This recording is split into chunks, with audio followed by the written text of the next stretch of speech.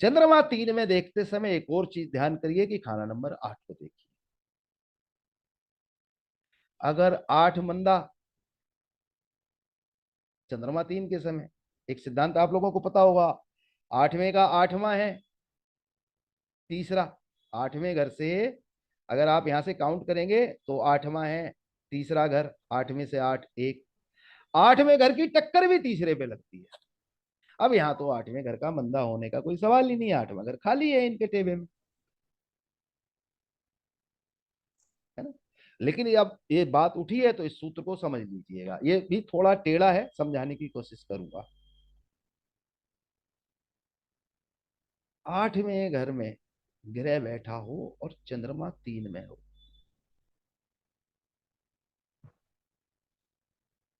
तो उस 8वें घर से संबंधित वस्तु, मान लीजिए उदाहरण देता हूं, चंद्र 3 है, केतु 8 है, केतु की वस्तु आए, या राहु 8 है, या बुध 8 है, तो उस ग्रह की आसिया यानी कि वस्तु घर आए तो मंदे हाल होंगे। लेकिन अगर वो 8वें साल में ही आए, मतलब 8वें का जोड़, 8 8 दूनी 16, 8 तिया 24, 8 चौकू 32, इस प्रकार से 8 के गुणा के अनुसार, तो 8वें ग्रह की वस्तु आए तो मंदे असर दिखाएगी। या फिर एक और सूत्र, इस 8वें साल के कंडीशन से बाहर हो जाइए। मान लीजिए चंद्र 3 है, 8वें घर में सूरज मंदा होके पड़ा है एक उदाहरण, या बृहस्पति मंदा होके पड़ा है, या राहु कोई भी मंदा होके पड़ा हुआ है, तो उस ग्रह की, अब जैसे सूरज मंदा होके 8 में पड़ा है तो सूरज की उम्र 22 23, 2 साल। क्या संभव है 2 साल सूरज की वस्तु ना आए घर में? अब वर्षफल में तो वो कहीं भी होगा, इस बात को भी ध्यान करिएगा।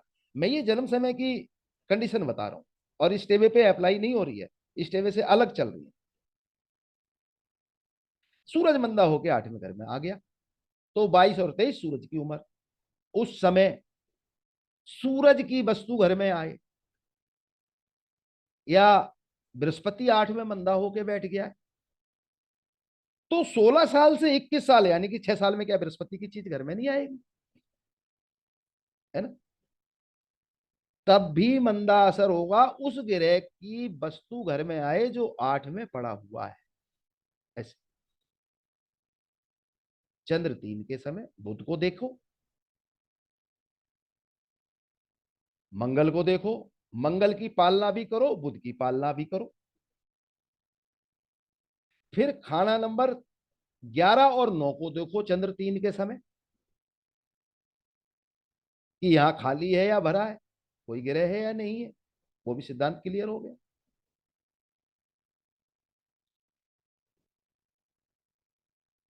चंद्र 3 के समय शादी होने पे, बेटी होने पे, बेटा होने पे, एक सूत्र और दोबारा वो टोक देता हूं, अगर चंद्र 3 वाले के पहले ही बेटा बेटी हो चुके हैं तो वो अपने बेटा बेटी के हर जन्मदिन पे, बुध के मतलब बेटी के जन्मदिन पे, जन्मदिन कोई सा भी है, चौथा 5वां 10वां साल, बुध की चीजें दान करे।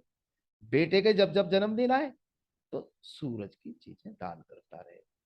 भाई बंधु घर आए, बहने घर आए, बुआ घर आए, दूध पिला के भेजने की कोशिश करो।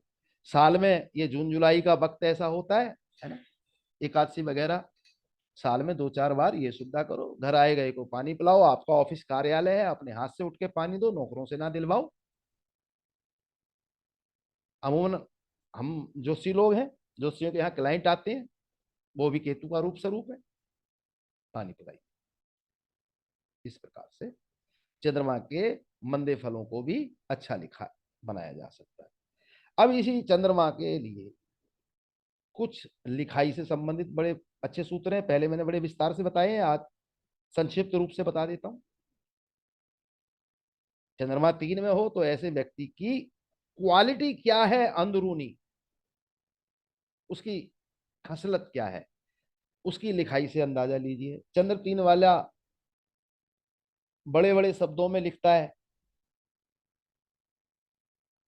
तो उसका बड़े दिल वाला होगा। साफ सुथरा पढ़ा जाए ऐसा लिखता है तो मजबूत दिल और मतलब फिजिक्स से भी मजबूत और मजबूत दिल वाला होगा।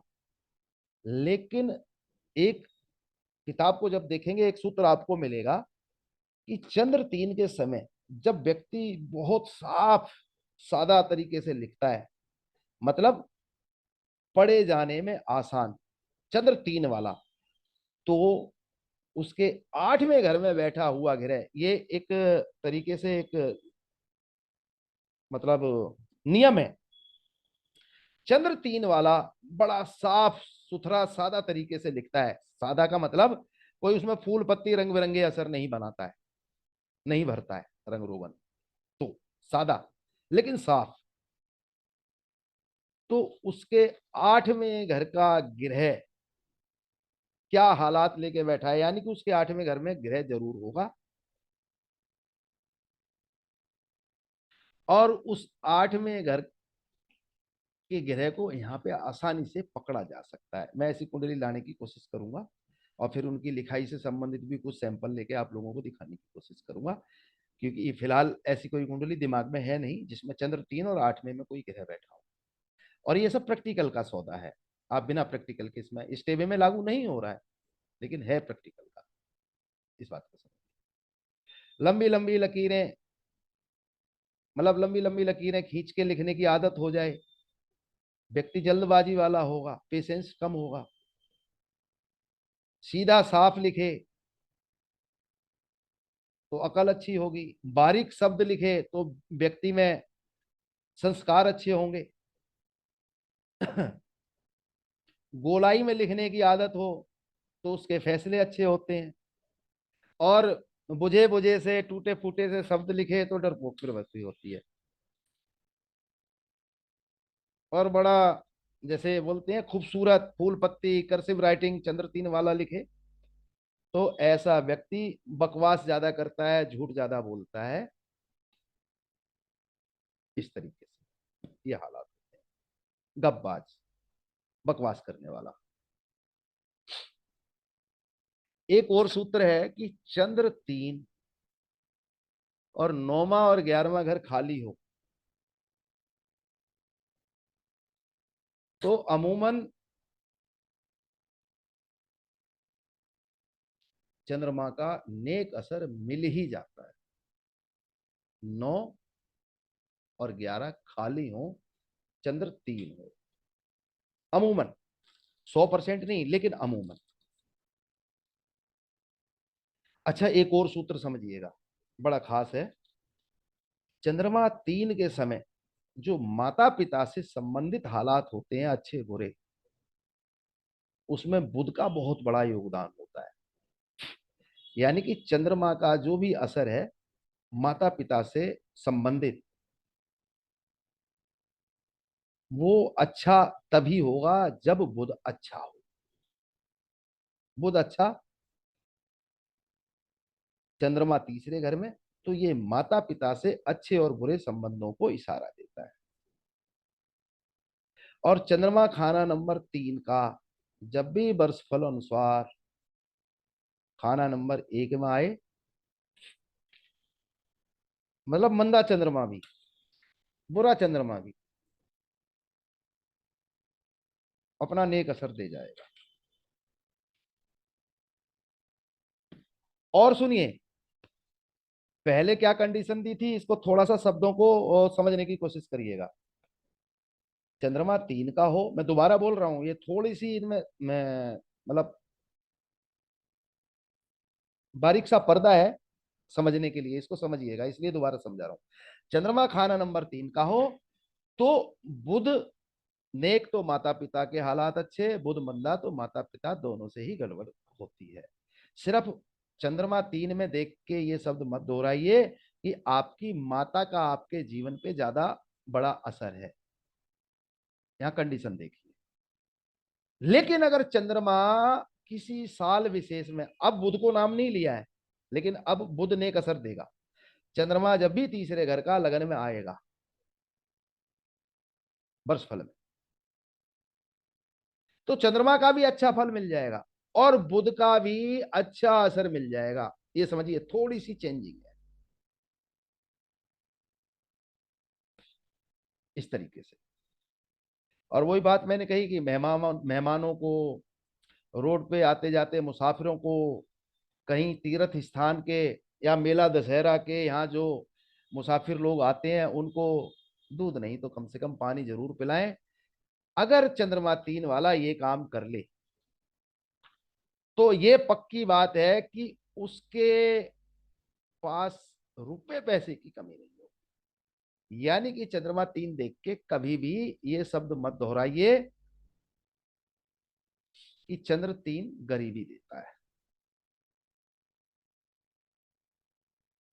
चंद्रमा के बहुत ज्यादा सूत्र नहीं है लेकिन थोड़े से सूत्र हैं।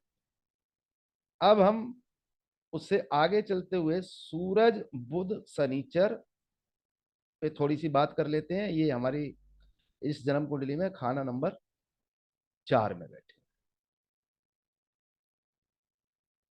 अब देखिए इस जातक की किस्मत अच्छी है, सूरज शनि के बीच में बुध आ गया है ना। सूरज शनिचर होते तो बड़ा बुरे हालात क्रिएट हो जाते इस तरीके से। सूरज शनिचर क्योंकि बुध है, इसको समझिए, इन दोनों का झगड़ा मिट गया है बीच में। अब यहां इनकी कोई लड़ाई नहीं।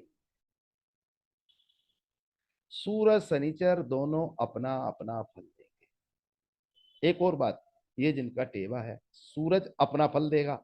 अब यहाँ पे सूरज के असर में शनि का असर नहीं घुस रहा है। पॉइंट समझने की कोशिश करिए मैं क्या बोल रहा हूं। सूरज खाना नंबर 4 में अपना असर देगा और शनिचर खाना नंबर 4 में अपना असर देगा। बुध इन दोनों के असर को मिलने ना देगा इस प्रकार से। अब सूरज का अपना असर, ये थोड़ा सा कंजूस प्रवृत्ति के होंगे अपने लिए, परिवार के लिए नहीं। अपने ऊपर खर्च करते समय इनको रेशम का कीड़ा बोला जाता है सूरज चौथे घर का, जो अपनों के लिए जोड़ जाए, अपनों के लिए जोड़ जोड़ के खुद। और एक और सूत्र है, चंद्रमा तीसरे घर का खर्चा ज्यादा करवा देता है अक्सर, ये हालत। एक और इसकी कुंडली में देखिए राहु 11वें घर का, वो इनकम में रुकावट डालता है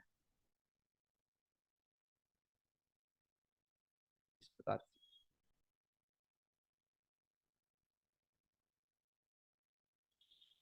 अपने पास आने वाले पैसे में और अपने पिता की भी, मतलब बृहस्पति राहु 11 तो बृहस्पति वहां होता नहीं। एक और सूत्र, राहु 11 हो तो केतु का 5वें घर का भी नेक फल नहीं मिलता है। बृहस्पति केतु मिस्टर का अच्छे माने जाते हैं है ना, लेकिन राहु 11 के समय केतु बृहस्पति के साथ 5वें में भी ज्यादा अच्छा फल नहीं देता है। ये भी ध्यान कर लीजिए। केतु के साथ बृहस्पति तो आप देखेंगे राहु 11वें घर में, लेकिन राहु जब 11वें में है तो बृहस्पति तो होता ही नहीं। तो बृहस्पति और केतु का योग कोई इस कंडीशन में फलदायी नहीं होता जब राहु 11 हो और बृहस्पति केतु मुश्तरका हो। इसको समझ, बृहस्पति और केतु का योग कोई बड़ा लाभ नहीं देता जो वो दे सकता है। केतु मंदे असर का ही होता है, ये मान के चलिए। और बृहस्पति तो राहु की वजह से मंदा है ही, चाहे वो अपने ही घर में बैठा है खाना नंबर 5 में, चाहे कुछ भी सही। इस बात को समझिए। तो राहु 11 की वजह से बृहस्पति का अपना एक मंदा फल, और केतु भी इस कंडीशन में परमानेंट मंदे असर का होता है। इसको समझिए, ये भी एक सूत्र है। जैसे अब सूरज और शनिचर का बुध के बीच में आने की वजह से कोई लड़ाई झगड़ा नहीं है। बुध बीच में है, सूरज शनिचर का झगड़ा नहीं है और दोनों का अपना अपना फल होगा। लेकिन अब इस टेबल से थोड़ा अलग चलते हैं। सूरज बुध शनिचर का नेक फल भी बहुत शानदार होता है बृहस्पति के घरों में। इस बात को समझिए, सूरज बुध शनिचर तीनों मुश्तरका होके बृहस्पति के घर 2 5 9 12, 2 5 9 और 12 में हो, यानी कि गुरु के घर में, तो इनका तो अपना अच्छा असर है ही है। बृहस्पति का भी अपना असर अच्छा नेक उम्दा हो जाता है। जबकि आप लोग देखेंगे, मैं हमेशा एक चीज बोलता हूं कि, और सभी, और आप लोग भी बोलते ही होंगे कि बृहस्पति के पक्के घरों में बुध आ जाए, शुक्र आ जाए, शनिचर पापी होके आ जाए या राहु आ जाए, तो बृहस्पति का असर मंदा होता है। लेकिन जब बुध सूरज और शनिचर के साथ हो, बुध सूरज और शनिचर के साथ मुश्तरका होके 2 5 9 12 बृहस्पति के घरों में, तो इनका खुद का असर भी उम्दा अच्छा नेक, और बृहस्पति का भी अच्छा असर हो जाता है। इसको समझिए, मतलब बृहस्पति के भी सुधार, लेकिन यहाँ चौथे घर में वो हालात नहीं है। वो हालात अच्छे वाले, बृहस्पति को अच्छा करने वाले 2 5 9 12 बृहस्पति के घरों में होता है ऐसे। अब दूसरा साहब इनका बृहस्पति केतु खाना नंबर 5 में। बृहस्पति केतु मुश्तरका गुरु बद्दी, दोनों ही दरवेश हैं, दोनों ही साधु हैं। एक दुनियावी साधु है, एक रूहानी साधु है।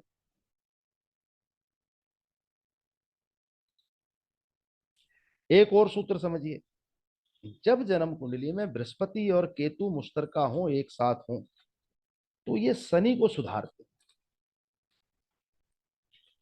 शायद ये सूत्र बहुत से लोगों ने सुना ही ना होगा। जिस जन्म कुंडली में बृहस्पति और केतु मुश्तरका यानी कि एक साथ हो जाए, उस टेबे में शनिचर के फल अच्छे हो जाते हैं। और ये नेट नोट करने वाला, लिखने वाला, डायरी में लिखने वाला पॉइंट है, और लोगों की जन्म कुंडली पे अप्लाई करके देखने वाला पॉइंट है। मैं संतुष्ट हूं, मैंने इसलिए बेझिझक होकर बोला है।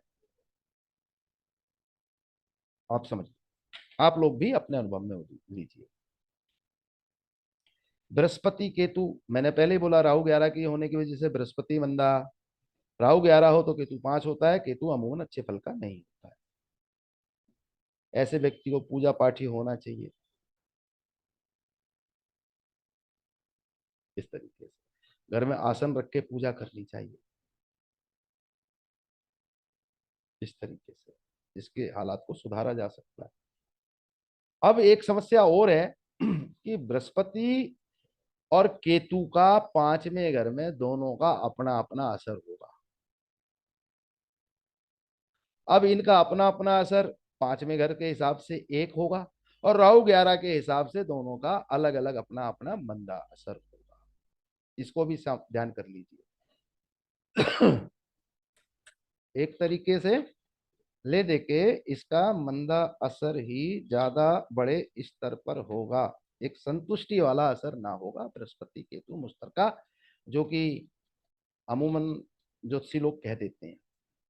दोनों का अपना अपना, और राहु 11 में है, राहु बृहस्पति को भी दबा रहा है, और राहु 11 केतु 5 में, तो केतु का अमूमन नेक फल नहीं मिलता है, यानी बृहस्पति केतु का कोई विशेष खास फल ना होगा इस तरीके से। अब इसी टेबल में देखेंगे राहु खाना नंबर 11। राहु 11 में अमूमन हमारे सारे विद्वान लोग देख के एक झटके में बेल देते हैं, बड़ा बुरा है। लेकिन राहु 11वें घर का भी नेक हो सकता है, ये सच है। राहु 11वें घर का भी नेक हो सकता है, शनि खाना नंबर 3 में हो या 5 में हो, राहु 11वें घर में भी बुरे फल ना देगा। और किसी वर्षफल में राहु 11वें में आ जाए तो शनि की कंडीशन है जो 3 5 की, इसके अलावा अगर उस टेबे में शनिचर केतु मुश्तरका है तो शनि केतु 1 में या 3 में हो, तब भी राहु का असर मंदा ना होगा। बाकी कंडीशन पे राहु का असर मंदा होगा। अब इस टेबे में ये नहीं है, इस पे बात करते हैं एक असर कि राहु 11 के समय मंगल बद का भी एक कॉन्सेप्ट है।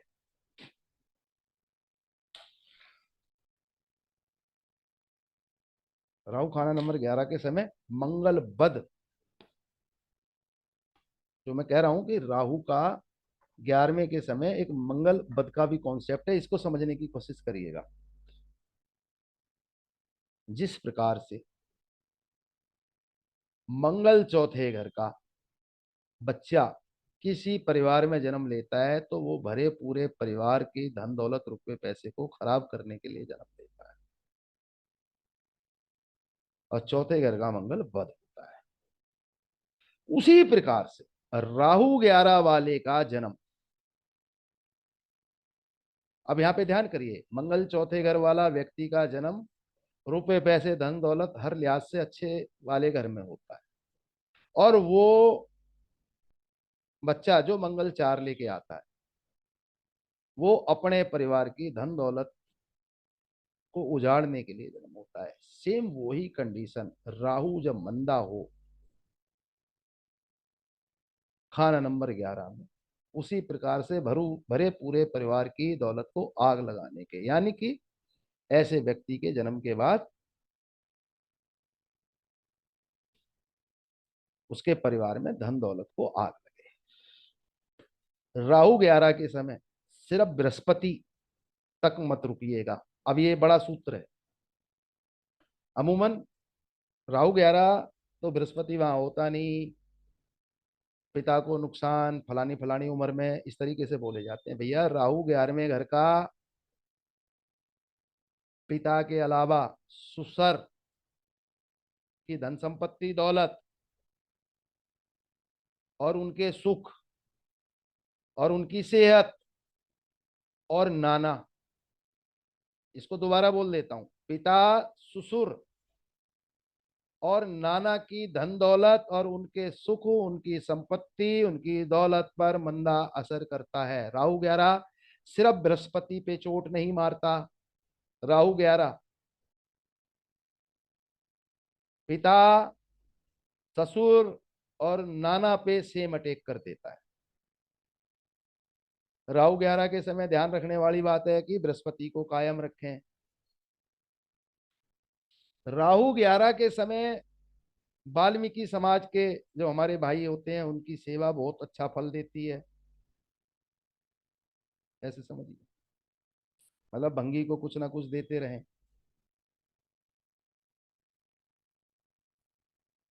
एक और सूत्र है जो वो भी इस टेबे पे अप्लाई नहीं हो रहा है कि राहु 11 में हो, इस टेबे पे अप्लाई नहीं हो रहा है, लेकिन फिर भी बोल रहा हूं कि राहु 11वें घर में हो और बृहस्पति 3 में हो, तो आप लोग जानते ही हैं कि बृहस्पति बुध या राहु को देखे तो बृहस्पति ही खराब होता है ना। या फिर राहु के साथ ही बृहस्पति हो खाना नंबर 11, तो शरीर पे लोहा, मैं तो कहता हूं सीधी कलाई में लोहा, लोहे का कड़ा। अब इनके तो चंद्रमा बैठा है तो ये नहीं डाल सकते, लेकिन किसी वर्ष फल में राहु 11 में ही आ जाए और चंद्रमा 3 में ना हो, चंद्रमा तीसरा घर खाली हो, तो ये सज्जन लोहे का कड़ा भी डाल सकते हैं, क्योंकि राहु 11 शनि 3 सीधी कलाई, इस तरीके से। लेकिन गुरु के साथ राहु 11 में हो तब भी शनि को 3 यानी कि लोहे का कड़ा सीधी कलाई में डाला जा सकता है। चांदी के गिलास का जरूर इस्तेमाल करें दूध पानी वगैरह पीने में। अगर एक और सूत्र है राहु 11 का, और ये पुरुषों पे ही ज्यादातर अप्लाई होता है, अब तो नई उम्र की महिलाओं पे भी लागू हो गया है, पुराने समय में भी थोड़ा बहुत तो था। कि स्मोकिंग वगैरह करते हैं तो चांदी की पाइप में लगा के पी लें तो राहु का बुरा असर ना आएगा। पाइप चांदी की, चांदी के गिलास का इस्तेमाल जरूर करना चाहिए ऐसे व्यक्ति को। तो ये राहु 11 से संबंधित आज इसमें थोड़ा सा संक्षिप्त में दिया, मैं बड़े में देना चाहता था लेकिन थोड़ा मेरा दिमाग आज पता नहीं क्या हुआ अपसेट, शायद चंद्रमा पीड़ित है। तो इस प्रकार से मैंने आज इस टेबे पे एक प्रकार से संक्षिप्त रूप से छोटे स्वरूप में थोड़ा सा फलादेश किया है। उपाय तो ज्यादा दिए ही नहीं है, बहुत छोटे छोटे उपाय दिए हैं और वो भी राहु के ही दिए हैं। तो मैं अब आज क्लास यहीं तक ले रहा हूं, लेकिन मैं आप लोगों को एक आज स्पेशल सूत्र अभी दे रहा हूं, उसके बाद रिकॉर्डिंग बंद करूंगा। राहु 11, मंगल 3, राहु 11वें घर का, मंगल तीसरे घर का,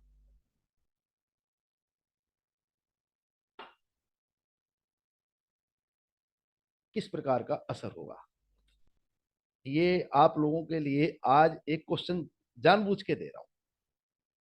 कोई भाई बोलेगा? पिनाकिन जी कहाँ हैं? सो नहीं हो रहे हैं। फरार साहब,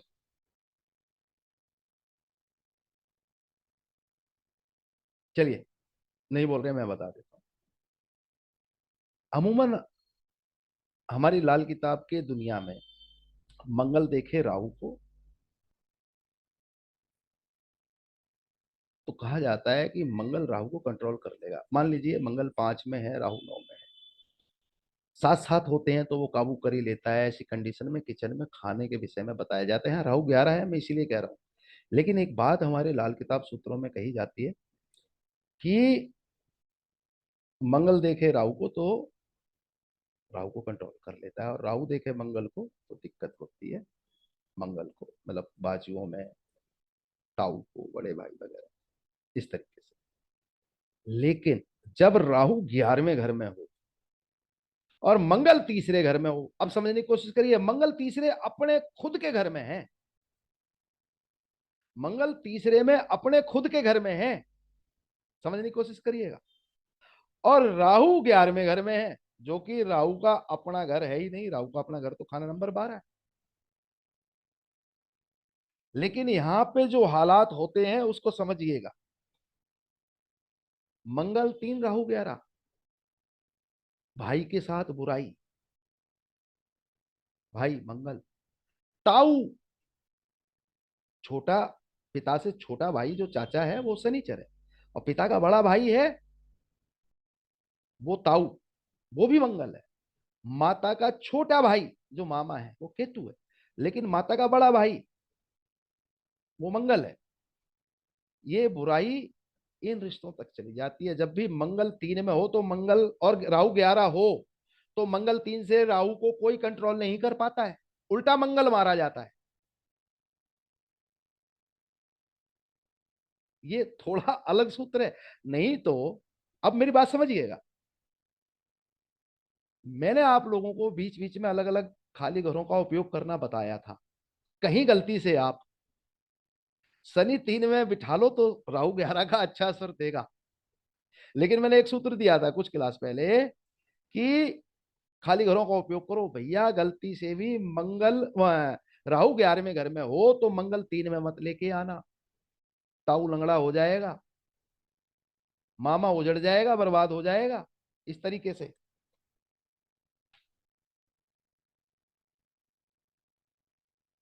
बड़े भाई पे आफत आ जाएगी। बनावटी मंगल भी खाना नंबर 3 में मत लेके आना कभी भी जब राहु 11 में हो। जबकि हकीकत है कि मंगल राहु को संभाल लेता है, लेकिन यहाँ उल्टा होता है, मंगल मारा जाता है। राहु का कुछ नहीं बिगड़ता, 11वें घर में मंगल तीसरे घर में भी कंट्रोल नहीं कर सकता। सिर्फ और सिर्फ एक शनि के पास ताकत है, या शनि केतु मुश्तरका हो, बस वो ही 11वें घर के राहु को रोक सकते हैं। मंगल की औकात नहीं है 3 में बैठ के भी, ये ध्यान कर लीजिएगा। इसलिए क्योंकि मैंने खाली घरों का उपयोग करना उपाय के रूप में बताया था। राहु 11वें घर में हो तो तीसरे घर में कभी भी मेरे भाई मंगल को मत लेके आना, शनिचर को ले आना, लोहे का कड़ा पहना देना। इस सूत्र को बहुत ज्यादा ध्यान रखना।